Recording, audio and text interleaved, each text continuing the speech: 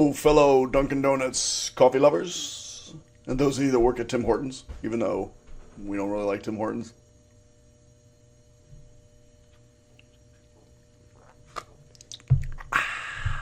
It's time for review for the Unit 3 test. I hope you guys are ready. Now, let me ask you a question. What do you call a student that doesn't do the work on their own and just watches the video? I can't say that in public. I might get fired. You're just not that swift, okay? This is the Quadratic Relations and Functions, Unit 3. Practice test, which means you need to practice these on your own, not just watch this well-groomed, trained monkey perform. There's going to be classwork, which we'll finish a little bit in class, and then there's homework, and that's what you got to work on, okay? So, all of it's due. I cannot figure out how to go back up and down. All right, here we go. Graph the following function and answer all equations. What is the axis of symmetry? You know what? I'm going to do that right now. X equals negative b over 2a. Now, that's the formula. That's not the axis of symmetry. Negative b would be 5 over 2 times 1. So this is just 5 over 2. So my answer is x equals 5 over 2. Okay? Now, to find the coordinates of the vertex, if I asked you to show work, you'd have to do f of 5 over 2, which would be 5 over 2 squared minus 5 times 5 over 2 plus, minus 6. Now, we might as well get the calculator rolling. Let's get this sucker in there. Come on, give it to me. We got x squared minus 5x minus 6.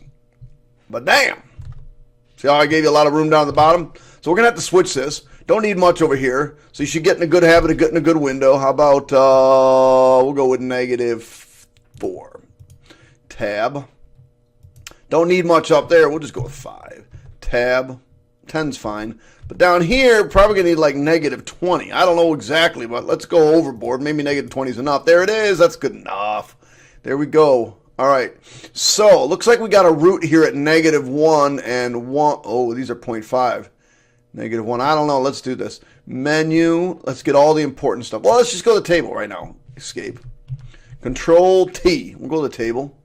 Shabam, shabam, shabam, shabam. All right, can't do negative 318, but I can do negative 28. Oh, except on my graph, I really can't.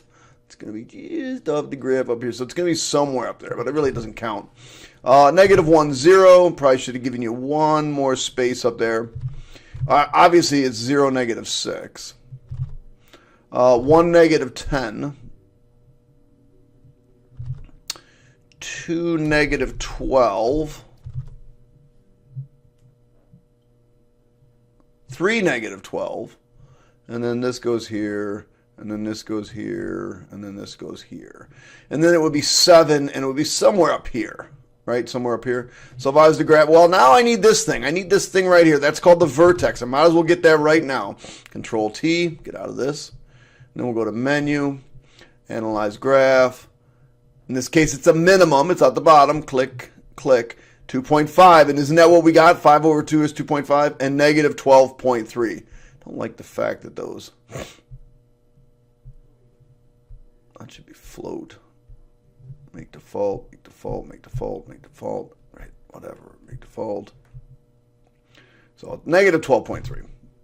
I probably should have said round. So 5 over 2, comma, negative 12.3. Yeah, I'm going to go to the graphing I'm going to the calculator. So we're going to go into 5 divided by 2, control var x, hate decimals. So then we're going to go x squared minus 5x minus 6. Let's see what this actually is. Negative 49 over 4. That's much better. Negative 49 over 4. All right. What is the domain? Well, the domain is from negative infinity to positive infinity. Oh, it did ask us to graph this, so we actually do have to graph this thing. All right, sorry, this is really tough. And we've got this little point down here. There it is. So, and the range is from, well, oops, bracket negative 49 over 4, comma, positive infinity. Notice it's a bracket on that. All right. What is the y-intercept? Well, the y-intercept, remember, is here. It's also whatever this value is. So in this case, our y-intercept is 0, negative 6. What is the vertex? What is the vertex a maximum or minimum? Well, we just did it on our calculator, and we realized we had to use minimum, right? So that's a min. Oh, why I can't touch this to move it up and down. What are the roots? Well, the roots are where it hits the x-axis, right? So I could do one of two things. I could either factor this thing. So if I had to factor it, I would factor it to x and x, right? Let's go with plus 1 and minus 6, because that multiplies to negative 6 and adds up to negative 5. So my two answers are x equals negative 1 or x equals 6. Or I can just look, and it hits here at 6 and here at negative 1. So negative 1 and 6. Concave up, because it goes like this, that's concave up. So we're concave up. What interval is this thing increasing? So let's go back and take a look at this graphically. Sometimes it's easier just to go look at a trace. Trace, graph trace. And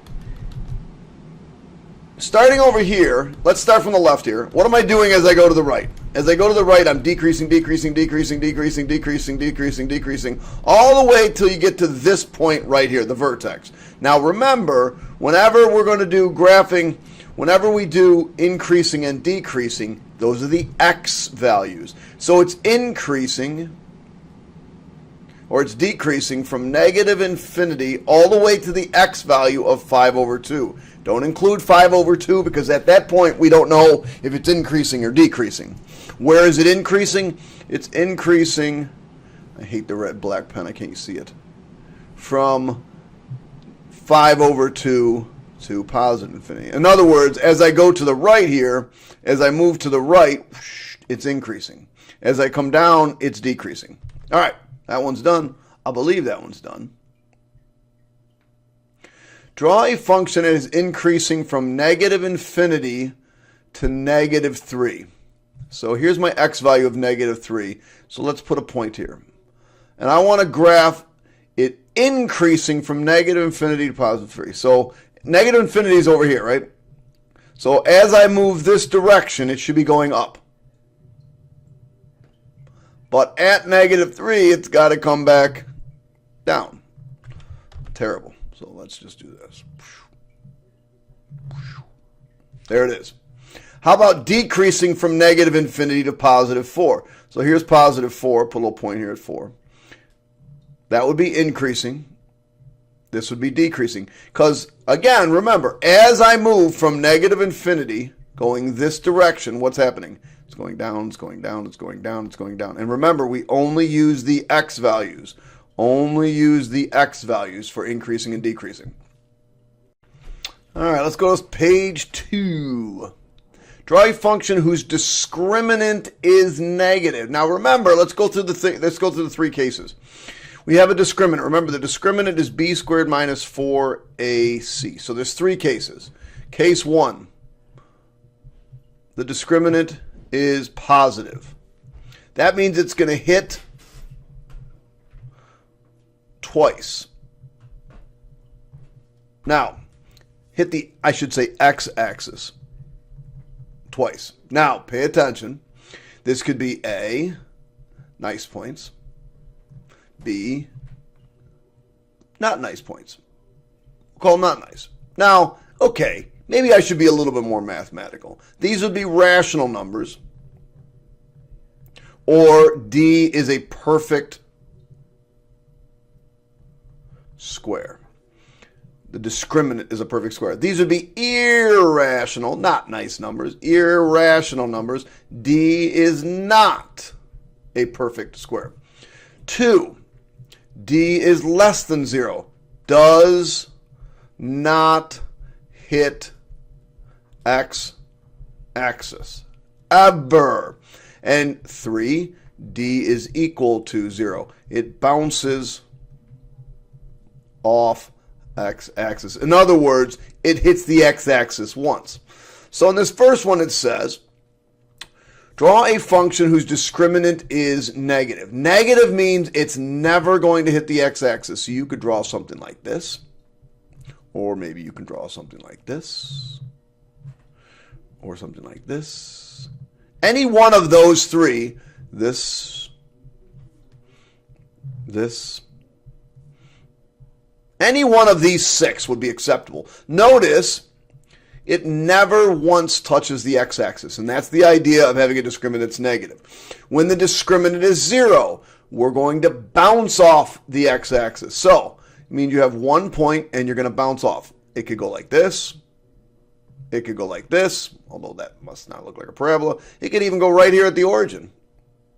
It could go down here. So long as the vertex is on the x-axis. That's when the discriminant is equal to 0. When the discriminant is a perfect square, that means it's going to hit the x-axis twice, and it's going to hit at nice numbers. So notice I'm putting out at nice numbers, and it doesn't matter if it goes like this. That's acceptable. Or let me do it in a nice darker color. This point and maybe this point. And maybe it could go down like this. The only thing I know is that it hits at rational points, nice points. Is not a perfect square. Okay, so when you're doing this to amplify example, just put the points so they're not nice. This, God bless it, stop doing that. Stop doing that. And then maybe here. And it could go upside down, but it's not hitting at nice points. You know, maybe I'll hit here and here. And go like this. It's just not hitting at nice points. Now, I can't tell just looking at those if they're rational or not. All right. But I'm assuming since I put them in the middle, though, that they're not hitting nice points. Concave up. All right. The bowl is here. All right. Here's the bowl. This is the concavity here. Concave down. There it is.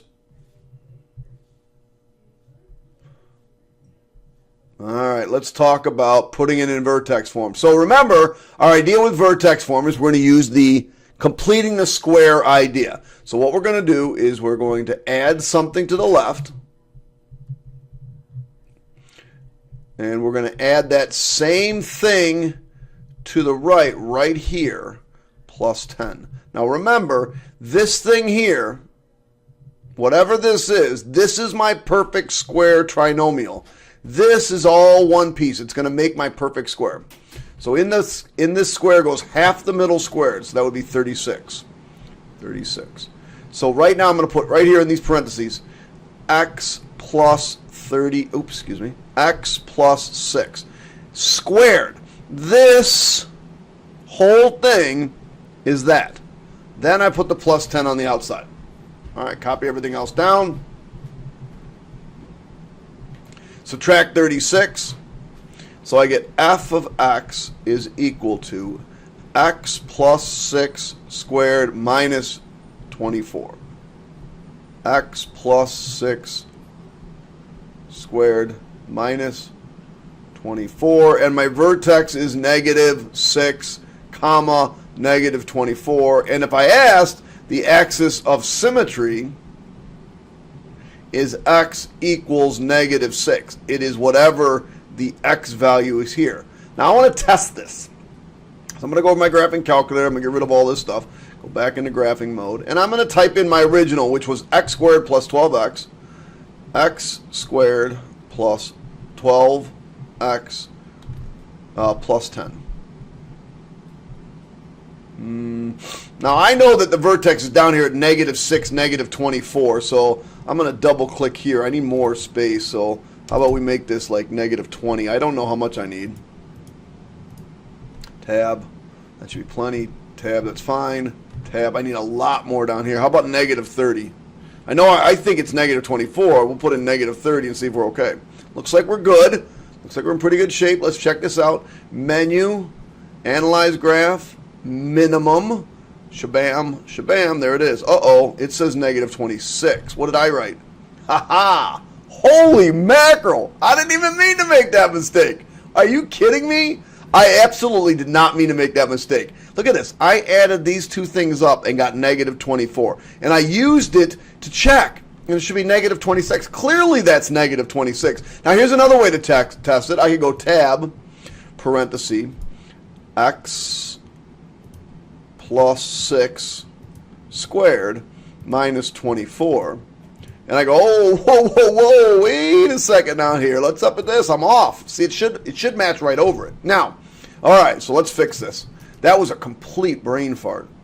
So that should be that shouldn't be that, and this shouldn't be this. So that should be a 26, 26, 26. So now let me tab, hit the up arrow, change that to a 26. Ah, now it matches perfectly. And there it is, perfect. And now, oops, now look at my vertex is down here at negative 626 for both of them. Woo! That was a brain fart. But you see how great the calculator is for checking your answers? I mean, I made the dumbest mistake there. On a 2-point question, I get 1 out of 2 points on that. That's just ridiculous. Use your calculator to check your answers. Whew, got lucky. All right. All right, kids, now we're going to solve by completing the square. I haven't seen this in a while. See this right here? Simplest a plus bi form. Anytime they tell you a plus bi form, that means we're going to have a negative under the radical. Definitely going to have a negative under the radical. So, complete the square. X squared minus 6x plus square equals negative 21 plus square. Notice I'm going to bring that over. All right. What goes in the square? Half of the middle squared is 9. So 9 goes in both those places. So this is x minus 3 squared equals negative 21 plus 10. I believe that would be negative 12. Take the square root of both sides. Shabam, shabam. You know what a common kid's not going to remember? They're going to forget the plus or minus. So I get x minus 3 equals plus or minus. Now, off to the side here, I'm going to look at the square root of negative 12. Isn't that negative 4 times 3? And isn't the square root of negative 4 2i? So now we have 2i square roots of 3. Now, that goes over and becomes plus. So my final answer is 3 plus or minus 2i square roots of 3. All right, moving on down. Oh, simple problem, right? First, you tell me the center. You should tell me and show work. My center is going to be 4, 0. Opposite, and there is nothing with that, so it's 0. Remember, this is really the radius squared. So in this case, the radius is equal to 3. 1, 2, 3, 4. Up 3. 3. Over 3. And down 3. And I go... Up, up. Now, how can I test this on my calculator? All right, come over to your calculator. Menu. Oh, wait, get rid of this. Nope. Now, if I want to, I could do this. Menu, graph or edit, equations, and then a circle, and then go circle formula. We'll do that. Circle formula was x minus 4, y minus 0, and then we said radius squared is 3. But shabam, there it is, right there. Another way to do this is to go to tab. Nope. Let's red X. This thing hates me when I do this.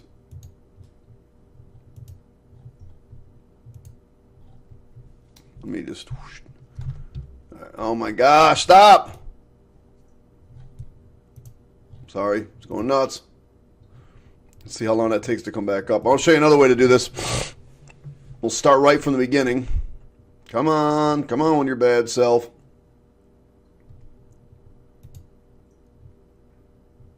All right, while that's going, I'm going to pause. I'll be right back.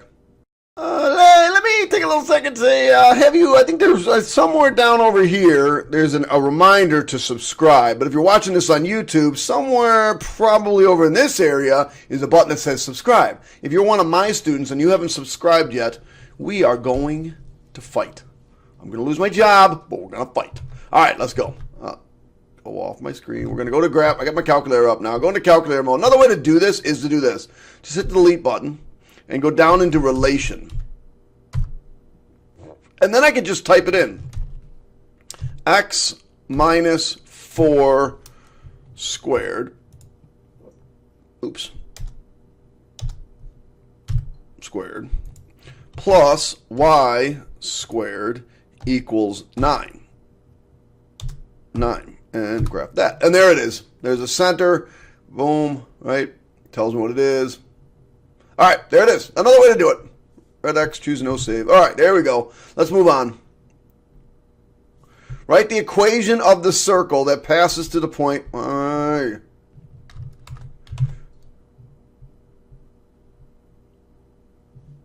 Does this stuff all the time. Passes to the point this and centered at this. Okay, we got a little bit of work to do. So I know my formula is x minus the x part of the center squared plus y minus the y part of the center squared equals the radius squared.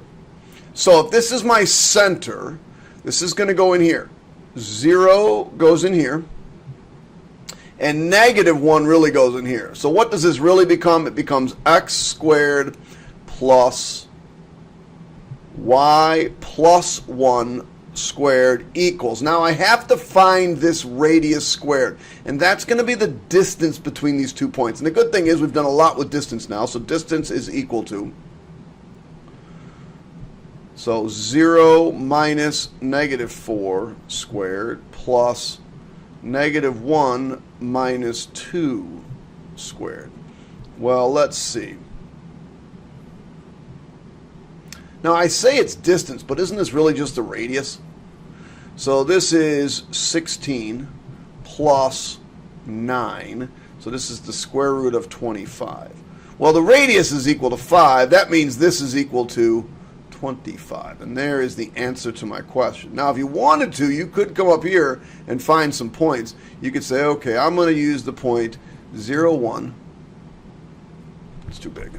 I'm going to use the point 0, 1. And 0, negative 1. I used the wrong point anyway. And negative 4, 2. 1, 2, 3, 4, 2. And then I'm going to use a triangle. And I'm going to find this distance this way. Well, this is 3, and this is 4, and that would have to be 5. Okay? Another way to do it. Moving on. Oh, I'm so sorry. I meant to change names. Put some lacrosse day in. Who's my lacrosse player in my team? I got to have a lacrosse kid. Anyway, sorry about that, lacrosse kid. I'll figure out who you are. But anyway, Mr. Weiber has been measuring. I see he's a former student. Mild behavior of the ball leaving the stick, blah, blah, blah, represents the height in feet. So what does plus 8 really represent in real life? Don't tell me the y-axis. There's no y-axis in real life. This is the height of the ball when leaving the stick or net of the stick. How long or how many linear feet along the ground will the ball be at its highest point? Probably need to graph this thing, don't I? So control division, negative 1 over 125 x squared. What happened? Oh, I'm touching stuff.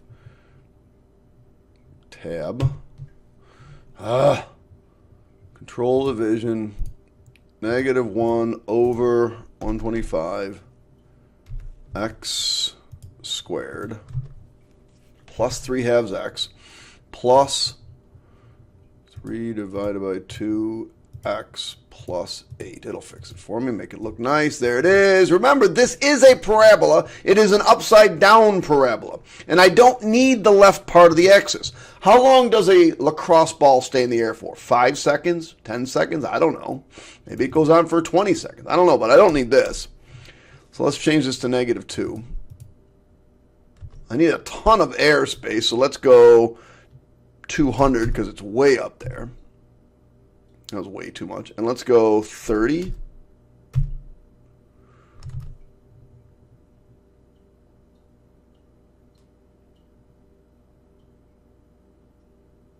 Oh, wait a second.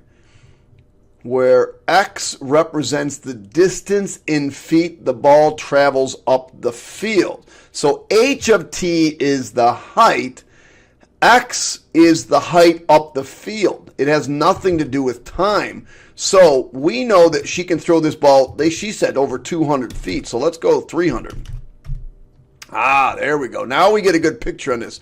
So probably what I need to do, I don't need as much, I don't need as much up here. So let's change this to 150, and we'll go tab, and we'll go 250, and we'll go tab, and we'll go negative 25, and then we'll go tab, negative 25, tab,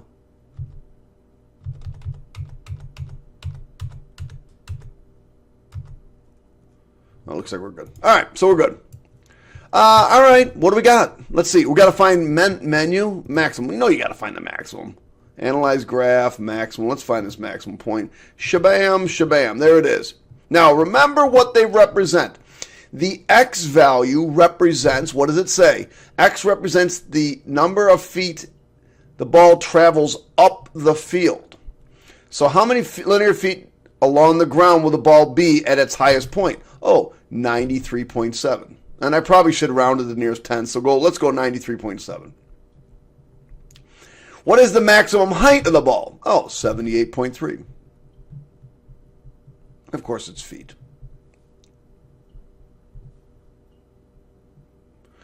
Determine the appropriate window and scale that can be used. Okay, so we just talked about that. What's our X min? Negative 25 was a good value. Our X max was 250.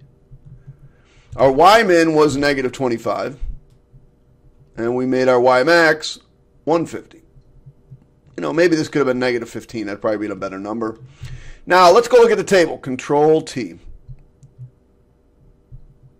Now, do we really want to go through this many points? 25 looked like a decent point. 20 looked like a decent point. 15 looked like a decent point. 10 looked like a decent point. Maybe every 5? I don't know. Let's see what that's going to look like.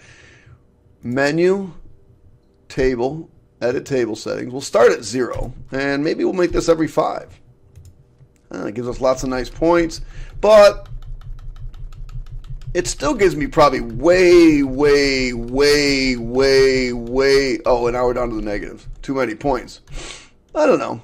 Maybe 10 would be a better one. Maybe 10. I think 10. We'll say 0 and 10. We're going to draw a sketch of this. All right, so this is 0. This is 0. All right, what do we got? We need to go at least double this, right? So that would be like 187 approximately, 190. So if I make every one of these 10, 20, 30, 40, 50, 60, 70, 80, 90, 100, 110, 120, 130, 140, 150. Looks like I'm in pretty good shape. 160, 170, 180, 190, 200. Now, max height was what, 78? You know, max height was somewhere, what did we get to, about 78 something? Somewhere around there. 78, 79, 78. So let's get to 80. So let's see. Can I make every box 5?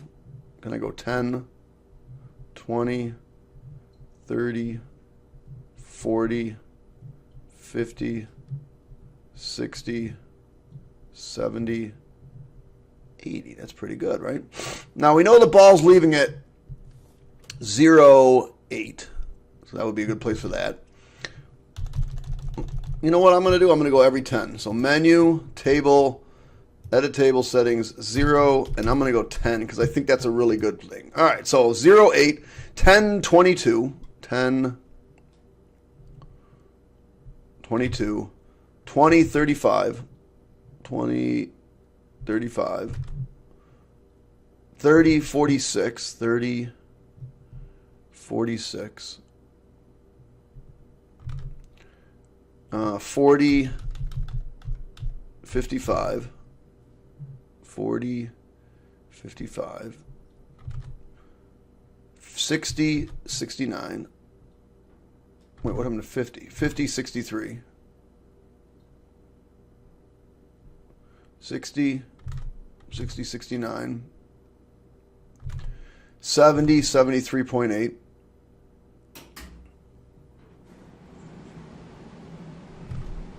At 80. Now, we got to do the vertex. And the vertex, we already agreed. The vertex is at 93, 78.3. So 90 is 78.2. What happened to 80? 80 was 76.8. 80 is 76.8. 90. 97 point is right about here. 100 would be at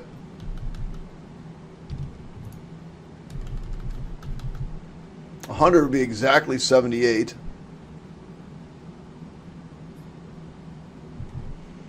So 93.7 would be 94, which would probably be more like right here, right? All right, 100, 110 is 76.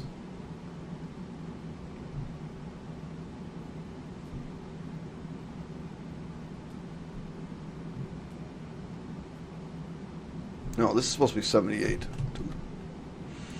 So this is supposed to be, wait, hold on. This should be here. This should be here. This should be here. Something like this. 120 is 73. 130 is 68. 140 is 61. 150 is 53. It's hard to do. 140 is 61. 150 is 53. 160 is 43. 170 is 32. 180 is 19. 190 is 4. And we know at, what is that, 96 point something, right about here? So there it is. Your graph should be better than this. There it is, quick sketch. Man, that took forever. All right, we're going to derive the analytic equation using these two things. Let's see what we got here. All right, don't forget, we got to pick our own point. Our own point is going to be x comma y. And remember the directions. You need a distance between the point xy and the directrix. So this is our easy one. D equals y minus 4. There's our first equation. Now we need the distance between our point xy and our focus, which is 4, 6. All right, so you D equals shlabam x minus 4 squared plus y minus 6 squared. Now these two distances need to be set equal to each other. I don't know how much room I have on this page. I'm running out of room already because I'm writing too humongous. So y minus 4 has to equal the square root of x minus 4 squared plus y minus 6 squared. We'll square both sides.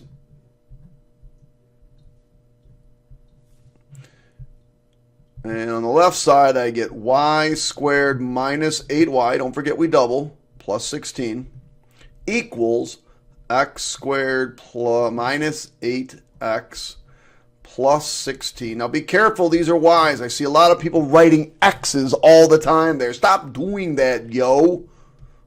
Yeah, Mr. Krause, you're so cool. Plus 36. All right, we're getting there.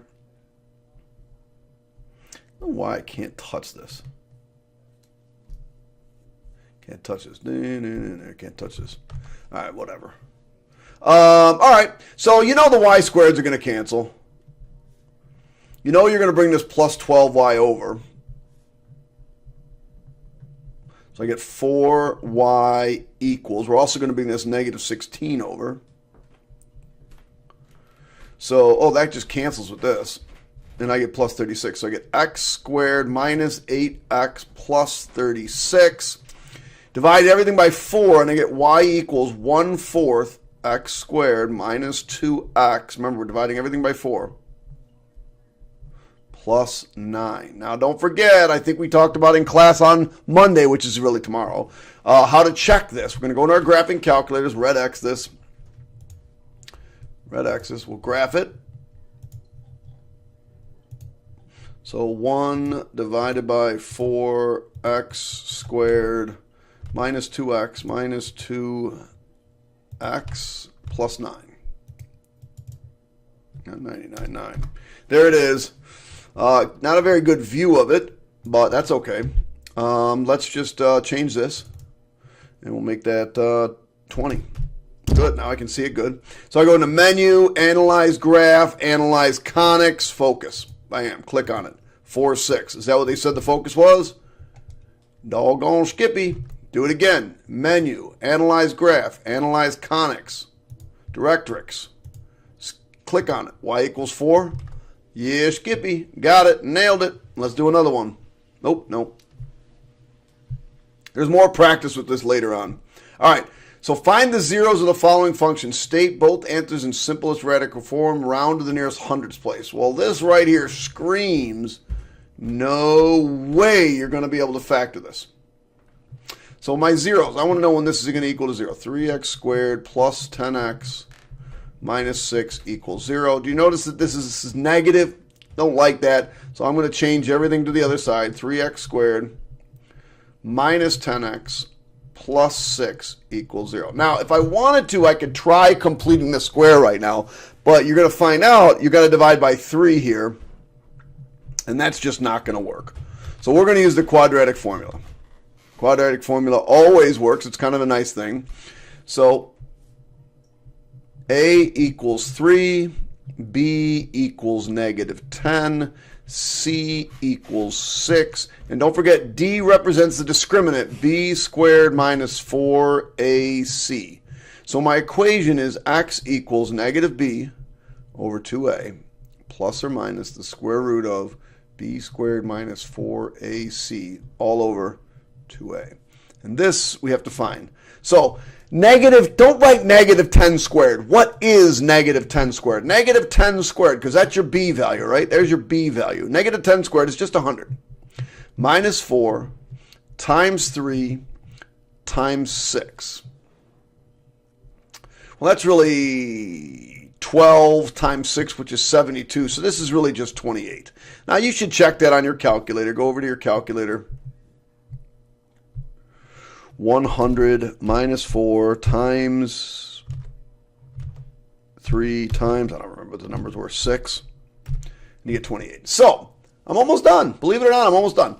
X equals negative B, 10, over 2 times 3. I'm going to leave it like that for now, plus or minus the square root of 28 over 2 times 3. Now, I know it's said up here, somewhere up there, I'm sure, it said in simplest radical form. Oh, it said simplest radical form and to the nearest hundredths place. Ooh, I got some serious work here. So the first thing I'm going to do is simplify this. I know this is 4 times 7. In other words, this is 2 square roots of 7. So this is really 2 square roots of 7. Now I'm ready to simplify it. X equals, now let's see, 2 goes into 10 5 times. So this is 5 over 3 plus or minus, these 2's just cancel, the square root of 7 over 3. Now before I do anything else, I am going to 100% verify that that's correct. So I come over to my calculator. I'm going to do 5 divided by 3 plus the square root of 7 outside divided by 3. Control var x. Make sure it looks right. I know I put it in there weirdly, but make sure it looks right. 5 over 3 plus the square root of 7 over 3. And I store that into x. And now I'm going to type in my original problem, which was negative 3x squared. I'm going back to my original. Always go back to your original, because if you made a mistake, you don't want to do that. You want to screw that up. plus 10x minus 6. Now this should be 0. Oh, forgot the x. This should hopefully be 0. There it is, 0. And again, if you went up here and you did the minus of this, and you did this, and you checked, plugged it in the minus, you should also be equal to 0. So I know for a fact that's correct. Now it said I want the answers rounded to the nearest tenths place, or did it say hundreds? Hundreds place. So I'm going to take this, and I'm just going to type this into my calculator, like this, and I'm going to hit enter. Oh, I got to put a decimal in. Maybe I have to put a decimal in. Oops. All right. So round to the hundreds place. So 2.55. So x equals 2.55. Hit the up arrow. Change it to a minus. And 0.78. And x equals 0.78. So those are my other two answers for it. All right.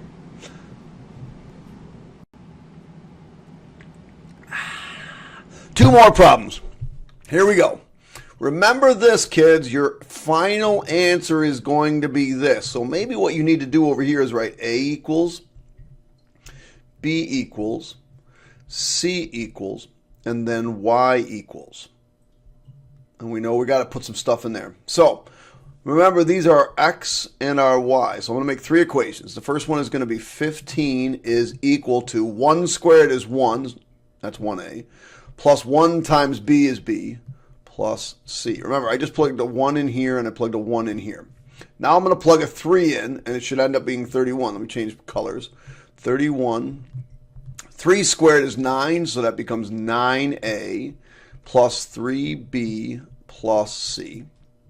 Now I'm going to plug this one in. I'm going to plug in negative 2. Now, be hyper vigilant. Be crazy vigilant about negatives. Crazy vigilant. All right, the right side, this side is going to be 6. So it's negative 2 squared, so that's 4A. Then negative 2 times B, negative 2B plus C. So these are my three equations. Before I do anything else, I'm going to come over here and figure out what the answer is. Too much stuff. So, menu, algebra, solve a system of equations, three equations, tab, A, comma, B, comma, C. And I'll type these equations in. 15 equals A plus B plus C. 31 equals 9A plus 3B plus C.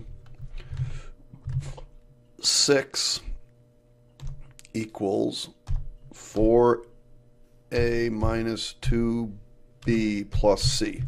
Now, if I type these in correctly, I should end up with really nice answers. 1, 4, and 10. 1, 4, 10, which means my answer is going to be x squared plus 4x plus 10. Now, before I do anything else, I'm going to check that. I'm going to go into graph mode, and I'm going to say, okay, x squared plus 4x plus 10. I'm going to go to the table, Control T, and I'm going to verify those points are in fact in there. 115, there it is, 115. 331, 331, there it is. Negative 26, negative 26. I guarantee these are the right answers. I got plus 2 points right now because that's it. Now I got to work. Now remember what we're going to do. We're going to take this equation and we're going to negate it and put it with this one. So 15 equals A plus B plus C. We're going to negate that middle one. Negative 31 equals negative 9A minus 3B minus C. Put that together. This is negative 16 equals negative 8A minus 2B. And the C's go. So there's one of my new made-up equations.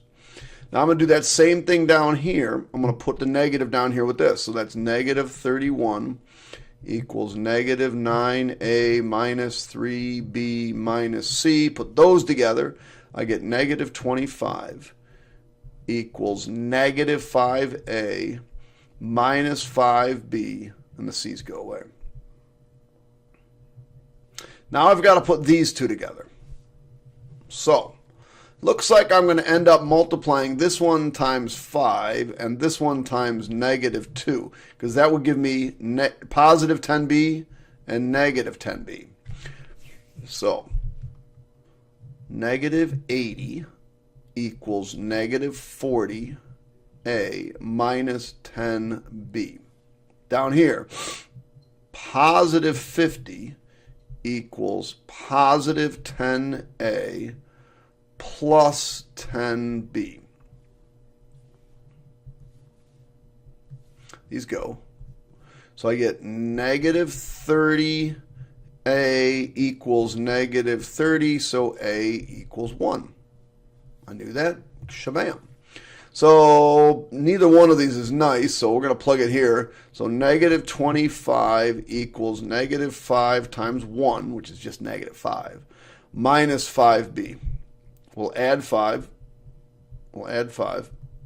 And I get negative 20 is equal to negative 5b. Divide by negative 5. Divide by negative 5. And I get b equals 4. So now I'm going to take both of these, and I'm going to plug them back into the first equation, because the first equation is the nicest. And that would be 15 is equal to 1 plus 4 plus c, or c is equal to 10. When you subtract 5, and I'm done. There it is.